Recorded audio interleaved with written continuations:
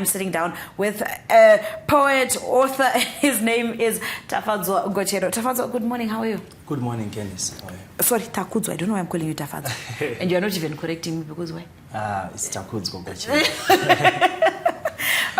How are you this morning? I'm feeling excited. You're feeling excited? Yes. I love that. How did you find your talent as an author, as a poet? Okay. I wanted to be an actor. Okay. So this talent manifested when I was doing my A-level 2017 to 2018. I wrote a lot of books, but they were not published. So when I write, I create a visual imagery in the reader's head. So since I couldn't act, I thought if I write, I can make people see what's in my mind. Who said you can't act?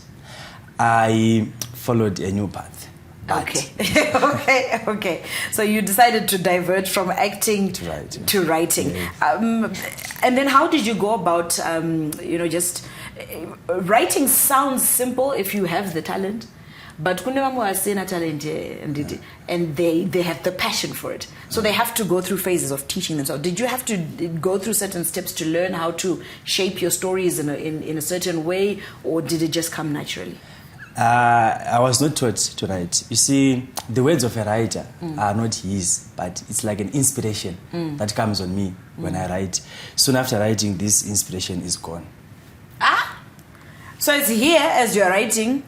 It's like, okay, well, you're on your own now, bye-bye. Yes. It's like an unspiration that comes when then you write. Then when the ideas are exhausted, the inspiration leaves until it comes again. Oh, wow. Okay, so you said you started writing A-level. Yes, when I was doing my A-level, 2017. Okay. What was your first story? Oh, the first story that I wrote is, it's called Nembetiba, Legend of the Hidden Tribe. I wanted to give a little bit of perception about myths of our African stories. Yes, that was my first story. And so did you share that with your peers, your friends? Who did you share it with? I have my best friend, his name is Alex Kurisa. We are both passionate about history, so we could actually coexist and relate to these things about African myths and legends. I shared. And so when did he read all of it? Yes, he read. My friend's time. I know very good first chapter today. I know it's very good. It's very good. And, he read Race. He read Race. And what was his feedback? He said that this is the time to publish the books. So have you gone through the process now of publishing? Are you self-published or are you working with somebody? I have published my first book. It's a collection of poems. It's called Three Sides of the Coin and Other Poems. This is the one that I'm holding here. Yes. That one I worked with Essential Books Publishing. Then I'm working on another book as we speak. It's called The 25th Hour. It's going to be launched on Saturday, 4 November in Batana Gardens. What is the 25th hour about? The 25th hour is a metaphor. I love irony and metaphors. You can see three sides of the coin, 25th hour. So the 25th hour is a metaphor for that extra effort we put to achieve something. Why did you decide to go with that particular metaphor? So this book is about core principles that people should learn about personal development and principles of success in terms of networking and creating valuable relationships. So I wanted a title that could stick in people's mind but not too obvious. Who were you talking to when you wrote 25th Hour? Okay, I have my mentors. I have Simbanya Madzao, I have Rauf Kadurira, I have Nyasha Michael Chikosi, my publisher, Justice Maibonge Dube. These are the people that I'm working with. So as you were having conversations with them, because they are, of course, your mentors, they do kind of shape how your mind tends to work from time to time.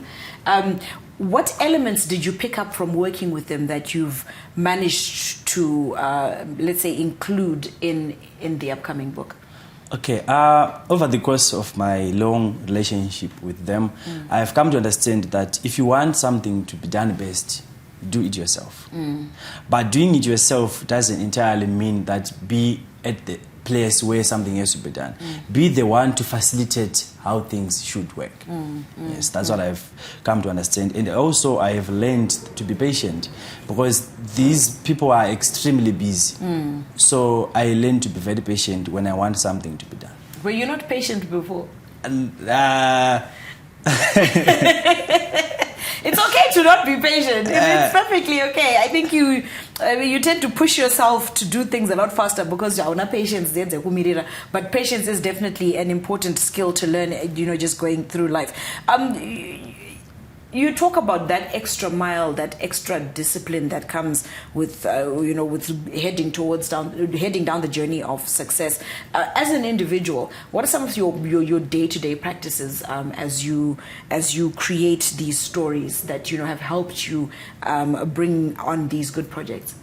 Okay, my first principle is to put God first. I'm a devoted Christian, so when I am doing my project, I make sure that I put God first. That's number one. Number two, I facilitate my communication with good communication skills.